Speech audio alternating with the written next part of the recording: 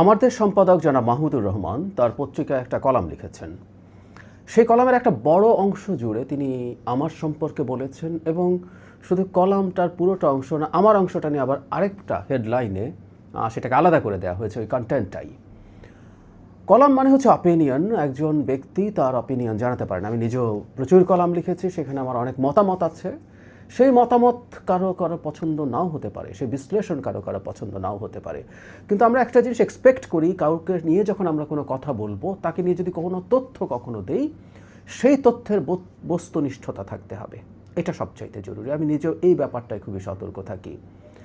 যারা মাহমুদুর রহমান যা লিখেছেন তার মধ্যে কিছু তথ্যের সমস্যা আছে এবং সেই প্রসঙ্গেই কয়েকটা কথা বলা একটু জরুরি বলে মনে করি। তার আগে কয়েকটা ইন্ট্রোডাক্টরি কথা। যারা মাহমুদুর রহমান যে কলামটা লিখেছেন, তিনি মূলত এটার হেডলাইন হচ্ছে 90দের পাহারাদারিতে জাতীয়তাবাদী দলের সংস্কৃতি চেতনা। মানে এখানে কিছু প্রেক্ষাপট বর্ণনা করেছেন, বিএনপির সংস্কৃতি চেতনা কেমন ছিল, কেমন হওয়া উচিত, ইত্যাদি ইত্যাদি।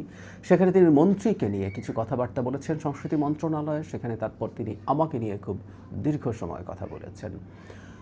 তিনি বিএনপিকে সংস্কৃতি কেমন হওয়া উচিত অনুচিত সেই ব্যাপারে নির্দেশনা দিতে চাইছেন, উপদেশ দিতে চাইছেন।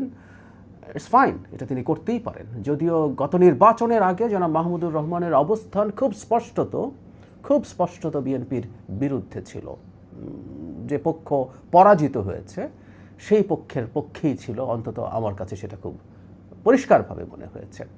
তার পত্রিকারই অত্যন্ত গুরুত্বপূর্ণ একজন সাংবাদিক জামায়াতের নমিনেশন পেয়েছিলেন, পরে তিনি শরিকদের কারণে সেটা ছেড়ে দিতে হয়েছিল, তিনি আবার তার পত্রিকায় ফেরত গেছেন। সো এটাও একটা সার্কামস্ট্যান্সিয়াল এভিডেন্স হিসাবে আমাদের কাছে থাকতে পারে।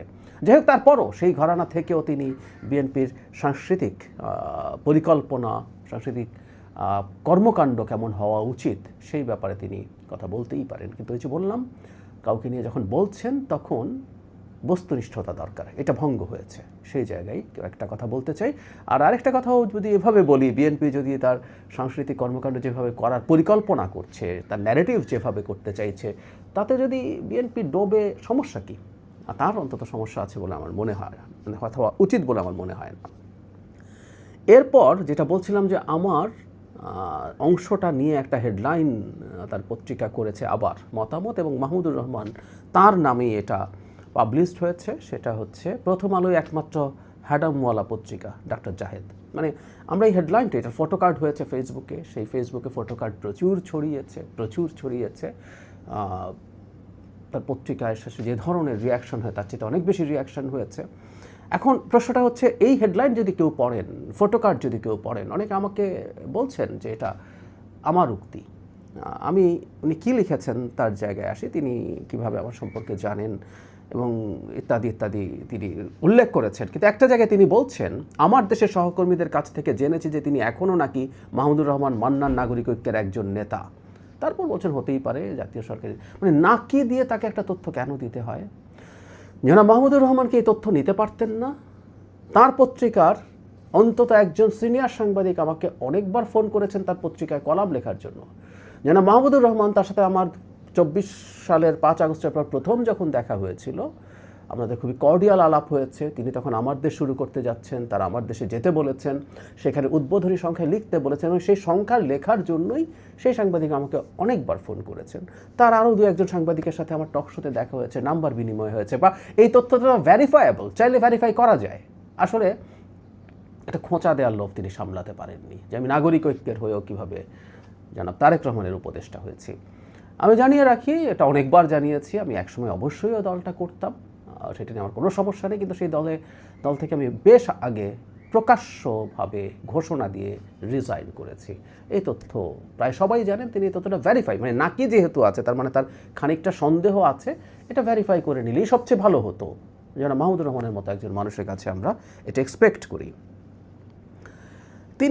আমি প্রথম আলোর প্রসঙ্গে পরে আসছি, তিনি একটা জায়গায় এসে বলছেন যে আমার দেশের প্রতি ডাক্তার জাহিদ, উনি বলছেন আমি খুব বিদ্বেষ পোষণ করি, নাম উজ্জ্ব রেখে আমাদের পত্রিকা সম্পর্কে তার কন্টেন্টে তাচ্ছিল্যপূর্ণ মন্তব্য নিম্নরূপ: একটি পত্রিকা বন্ধ থাকার পর চালু হয়ে মনে করেছিল কি না কি হয়ে যাবে। এই যে একটা কন্টেন্ট থেকে একটা বাক্য নেওয়া হয়েছে, এটা আমি ওন করি, ইয়াস, এটা আমার উক্তি। আমি এরকম একটা বক্তব্য আমার কন্টেন্টে করেছি। সেটা আমার দেশ কিনা, সেটা তিনি আমার দেশ হিসেবে ইন্টারপ্রিট করে কথা বলেছেন, সেটা ওনার চয়েস, ওনার এডিটোরিয়াল চয়েস। উনি একজন মানুষ যখন কোনো পত্রিকার বা কারো নাম উল্লেখ না করে কিছু বলে, সেটাকে নিজে দাবি করে কথা বলাটা কতটুকু সঠিক বা স্মার্টনেস সেটা তিনি বুঝবেন, কিন্তু এই উক্তিটা আমি করেছি, সুতরাং এটা দায়িত্ব আমি নিচ্ছি। কিন্তু যে প্রসঙ্গে আসছিলাম, খেয়াল করে তিনি বলছেন আমার বৈশিষ্ট্য বলার ক্ষেত্রে, এক, ডাক্তার জাহেদ বাংলাদেশে প্রথম আলোকে একমাত্র হ্যাডামওয়ালা সেকুলার এবং লিবারেল সংবাদপত্র মনে করেন। ব্রাহ্মণ প্রথম আলো ছাড়া দেশের বাদবাকি মিডিয়া তার কাছে নিতান্তই নমসূত্র। আপনারা যারা পড়লেন তারা বুঝতে পারছেন এটা জনাব মাহমুদুর রহমানের একটা অপিনিয়ন। ফাইন, ওনার এই অপিনিয়ন থাকতে পারে, উনি বলতেই পারেন। হ্যাডামওয়ালা প্রথম আলোর একজন কলামিস্ট হিসেবে ডাক্তার জাহেদের বেজায় গর্ববোধ রয়েছে, এটাও তার বক্তব্য, ইন্টারপ্রিটেশন হতে পারে। কিন্তু এই যে এককে, আবারও বলছি এই জায়গাটা, ডাক্তার জাহেদ বাংলাদেশের প্রথম আলোকে একমাত্র হ্যাডামওয়ালা সেকুলার এবং লিবারেল সংবাদপত্র মনে করেন। ব্রাহ্মণ প্রথম আলো ছাড়া দেশের বাদবাকি মিডিয়া তার কাছে নিতান্তই নমসূত্র। এটা জনাব মাহমুদুর রহমান মনে করেন, তিনি মনে করে লিখেছেন, দ্যাটস ফাইন। তার সম্পর্কে প্রচুর পারসেপশন আছে মানুষের, হতে পারে, ভুল হতে পারে, ওটা অপিনিয়ন হিসাবে যাবে। কিন্তু এই যে প্রথম আলো একমাত্র হ্যাডামওয়ালা পত্রিকা বলে ডাক্তার জাহেদ দিয়ে লেখা হলো, ফটো কাট করা হলো, এটা একটা ডিসইনফরমেশন। এই ডিসইনফরমেশনটার আমি প্রতিবাদ করছি। 21 পদক পেয়েছেন তিনি, আমাদের অনেক বয়োজ্যেষ্ঠ, অনেক সিনিয়র মানুষ, খুবই বুদ্ধিমান মানুষ। তার পত্রিকা বন্ধ হয়ে যাওয়ার আগে গুরুত্বপূর্ণ সাংবাদিকতার কাজ করেছে, তিনি নির্যাতিত হয়েছেন, তার এগুলোর প্রত্যেকটার প্রতি আমাদের শ্রদ্ধা আছে। কিন্তু 21 পদকপ্রাপ্ত একজন সম্পাদক যখন ডিসইনফরমেশন এভাবে ছড়ান, খুবই দুঃখজনক। যেহেতু এটার ভুক্তভোগী আমি, আমাকে অনেকে প্রশ্ন করছেন যে আমি এরকম একটা মন্তব্য কীভাবে করেছি, কেন করেছি। আমি এই মন্তব্য করিনি কখনো। প্রথম আলোর কলাম লিখি, আমি বহু বছর হয়ে গেছে লিখি। প্রথম আলো সম্পর্কে আমার নিজের একটা পয়েন্ট অফ ভিউ আছে, থাকতেই পারে, অনেকে যেমন আমার দেশ সম্পর্কে আছে বা অন্য কোনো পত্রিকা সম্পর্কে আছে, সেটা থাকা নিয়ে আলোচনা সমালোচনা চলতে পারে। প্রথম আলোর বিরুদ্ধে যা যা হয়েছে, প্রথম আলো বন্ধ করে দিতে হবে, সম্পাদক পাল্টাতে হবে, আগুন জ্বালিয়ে দিতে হবে প্রথম আলো ডেইলি স্টারের অফিসে, এগুলো নিয়ে তীব্র প্রতিবাদ করেছি। প্রত্যেকটা, আমার দেশের উপরেও যদি কিছু হয় একইভাবে করব। আমার দেশ যখন বন্ধ হয়েছিল তখন ব্লগে লিখতাম, তখন আসলে এই টিভিতে যাই না, যাওয়া হলে এগুলোর প্রতিবাদও যে কেউ দেখতেন, তখন লিখেছি, তখন বলেছি কোনো পত্রিকা যেটাই হোক না কেন, আমার দেশ তো বটে জামাত শিবিরের বিরুদ্ধে, উনি লিখেছেন আমার জামাত শিবিরের বিরুদ্ধে তীব্র বিদ্বেষ আছে, বিরোধিতা আছে। জামাত শিবিরের অধিকার নিয়ে যখন কথাবার্তা হয়েছে, এটা সবার সাক্ষী আছেন, হাসিনার সময় তখনও প্রচুর কথা তাদের অধিকারের পক্ষে বলেছি, তাদের রাজনীতির প্রতি তীব্র বিরোধিতা আমার আছে, এটা ঘোষিত, and I can do that. যেন মাহমুদুর রহমান খুবই আশঙ্কা প্রকাশ করেছেন যে আমার মতো একজন মানুষ এখানে থাকায় কি হবে না হবে, কিন্তু তিনি মানে আমি জায়গাটা হুবহু পড়ি, যা হোক এমন একজন ব্যক্তি যার কাছে পত্রিকা জগতের একমাত্র আদর্শ প্রথম আলো ডিসইনফরমেশন, ভুল কথা। তিনি বাংলাদেশের সংস্কৃতি ও তথ্য মন্ত্রণালয়কে কোন আদর্শে পরিচালনা করবে সেটি বুঝতে পাঠকদের কোনো সমস্যা হবার কথা নয়। উপদেষ্টার ভাষা অতি তুচ্ছ পত্রিকা আমার দেশ নিয়েই নব্য হ্যাডামওয়ালাদের সঙ্গে দিল্লি সমর্থিত ফ্যাসিবাদী জমানার মতো সাংস্কৃতিক লড়াইয়ের জন্য আমরা প্রস্তুত আছি। সাংস্কৃতিক লড়াই হতে হবে। আর আমি একজন উপদেষ্টা মাত্র, মানে আমি শুধু এই দুটো মন্ত্রণালয়ের অ্যাডেড রেসপন্সিবিলিটি, আমি মাননীয় প্রধানমন্ত্রীর পলিসি এবং স্ট্র্যাটেজির উপদেষ্টা, সেখানে আমার কাজ আছে, এখানে আমার উপদেষ্টামূলক কাজ। এখানে পূর্ণাঙ্গ মন্ত্রীরা আছেন, তথ্য মন্ত্রণালয়ে পূর্ণাঙ্গ মন্ত্রী প্রতিমন্ত্রী আছেন, সংস্কৃতি মন্ত্রণালয়ে পূর্ণাঙ্গ মন্ত্রী প্রতিমন্ত্রী আছেন, যাদের হাতে এক্সিকিউটিভ পাওয়ার। এখন ব্যাপারটা হচ্ছে একজন উপদেষ্টা হয়ে আমি পরিচালনা করব। আসলে আমাকে টার্গেট করেছেন, তাই সব কিছু করছেন। উপদেষ্টার তেমন কোনো আসলে ক্ষমতা নেই মন্ত্রণালয়ে, কিছু উপদেশমূলক কাজ আছে, আমি ইনভলভ হয়েছি, অলরেডি তথ্য মন্ত্রণালয়ে হয়েছি, সংস্কৃতি মন্ত্রণালয় এখনও কাজ করতে শুরু করিনি।